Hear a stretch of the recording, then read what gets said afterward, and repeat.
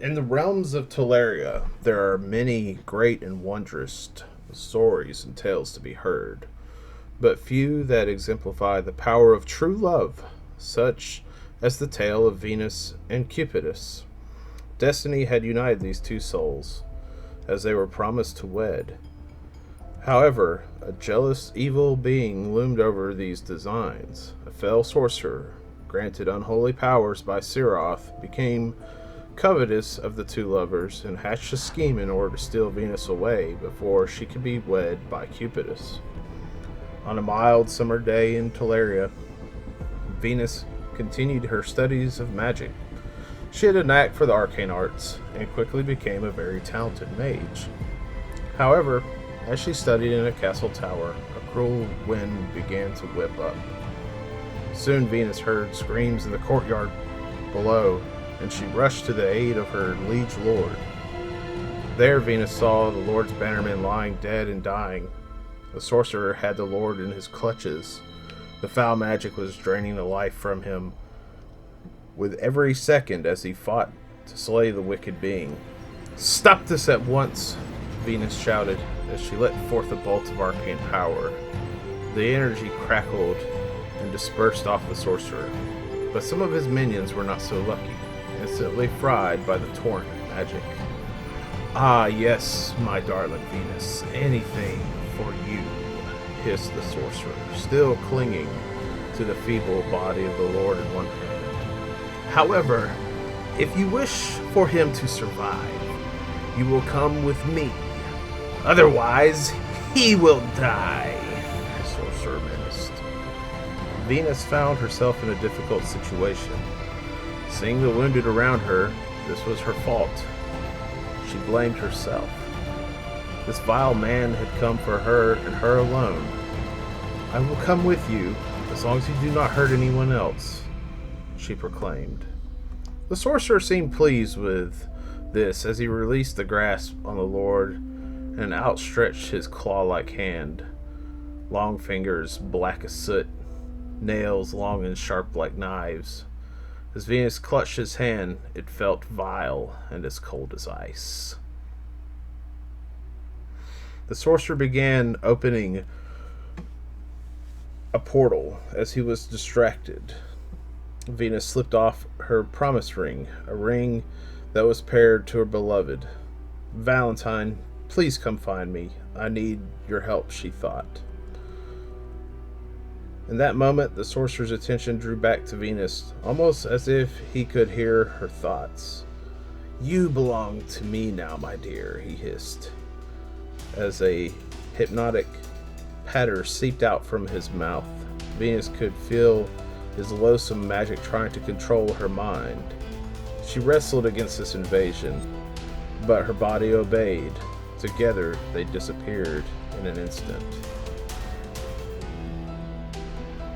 Hours later, Cupidus arrived at his lord's castle. He had been away on orders from his master, but as he approached the fortress, he could see something was amiss as the gates were wide open. Imps and lesser demons cackled as they prodded and tormented the dead and dying. "What vile magic is this?" Cupidus roared, urging his mount forward. Cupidus lowered his visor and ran the palm against the length of his sword, causing it to burst into furious flames at his commands. Cupidus's wrath might have seemed excessive. However, he was angered to sickness seeing these wicked creatures picking over his comrades and friends.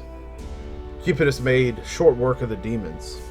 The Lord, gasping for life, confided in Cupidus what had happened. A sorcerer of Siroth had come and taken away Venus. Grief filled the young knight's heart as despair began to take hold. However, he saw the glint of silver in the dusking sun, his promise ring to Venus. Quickly he scooped it up, and as he pulled his gauntlet off to touch it, he felt an urge to leave immediately. He did not know where he was going, only that he must go, and must go as quickly as possible. He knew Venus was alive, and that she needed him. These basic facts alone were enough to rise his bravery to a fiery inferno. His promised one, his Valentine, the one he loves and adores, was waiting for him. Cupidus took enough time to prepare for his journey. After aiding his comrades the best that he could, the people of the land nearby came to help their lord. The clergy of Limea came to bless and heal the wounded. As Cupidus began to disembark, a tall, beautiful woman in white robes approached him. The strange woman told him, "If you go and travel to save your love so fair, all you will find is death and despair," the strange woman uttered. Cupidus gazed fiercely towards the woman, but her eyes were hidden underneath her monastic robes. "Love conquers all, even death. And if I must face death itself, I will face it with a lover's heart and not falter in her hour of need." Cupidus rode off. The stranger chuckled slightly, amused. No, that's not the word. Delighted to see someone so passionate about life. Cupidus' journey was harrowing. He rode east as fast as he could, beset by brigands, monsters, sirens, and the undead at every turn. The sorcerer summoned wicked creatures to torment and kill him. However, Cupidus met every challenge. Meanwhile, Venus was fighting her own battle.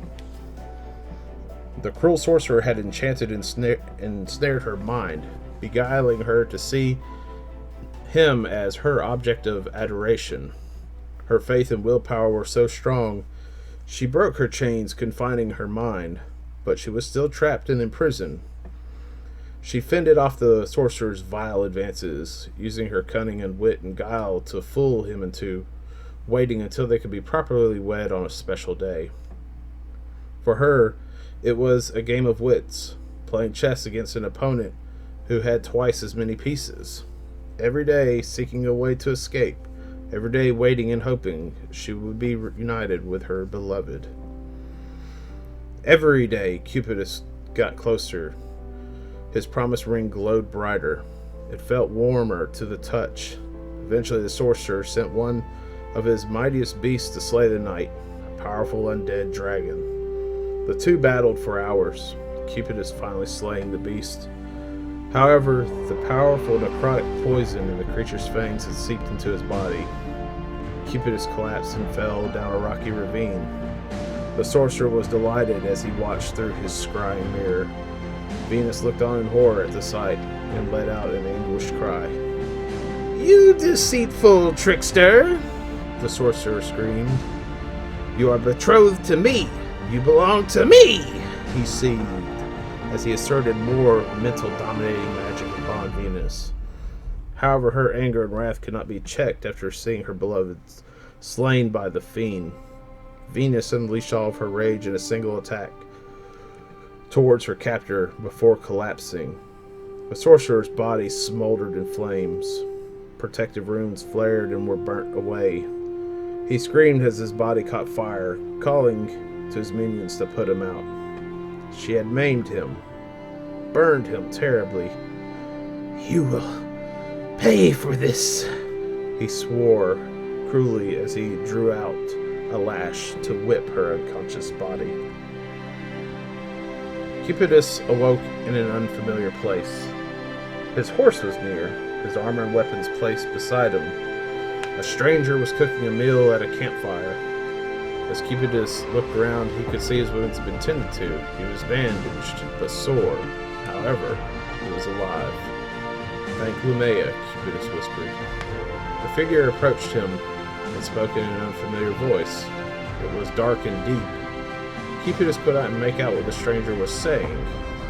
He slipped into unconsciousness, and an uncertain amount of time passed as Cupidus woke again. The stranger was gone. However, he had left behind a large blue crystal shard. Cupidus readied himself for the remainder of the journey.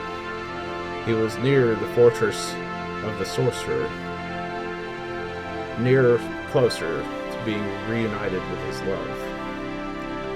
Days later, Cupidus arrived at the citadel of the sorcerer, the gates wide open, a dreary music bleated from within. As Cupidus rode into the courtyard, he saw the mock procession of a wedding.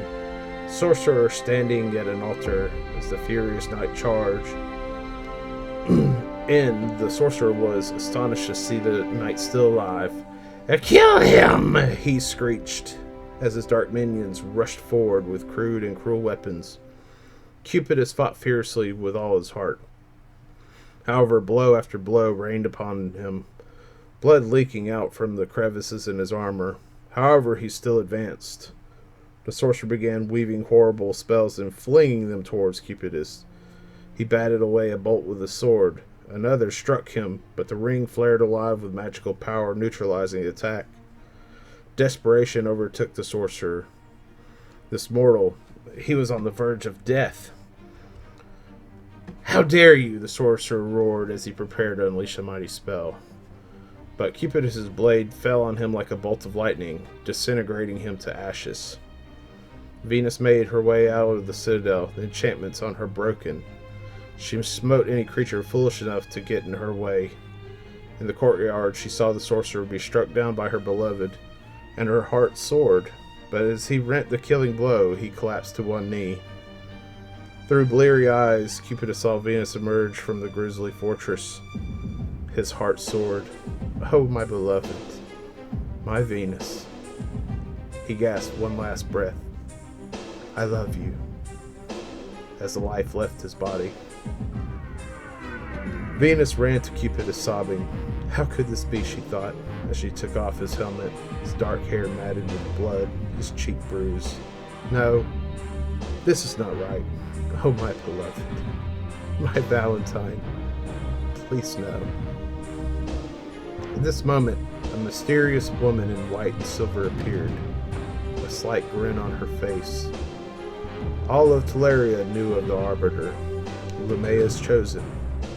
She knelt down beside the felled knight and began to pray over his body.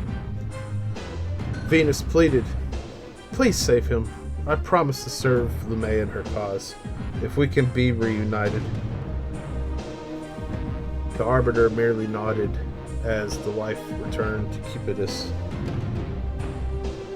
He understood what had transpired, how he had perished, how the Arbiter offered him life eternal with his beloved if he would serve Lumea, if he would be the champion of the light. "I will," he said, and with that the Arbiter vanished. Venus and Cupidus would continue to travel and seek adventures wherever they were summoned. And to this day, their story of love, of defying death to save each other, brings hope to all those that are beleaguered by Siros' wrath. Truly, if you can summon these two champions to your cause, if you can gain their loyalty, their united power will bring hope to your cause.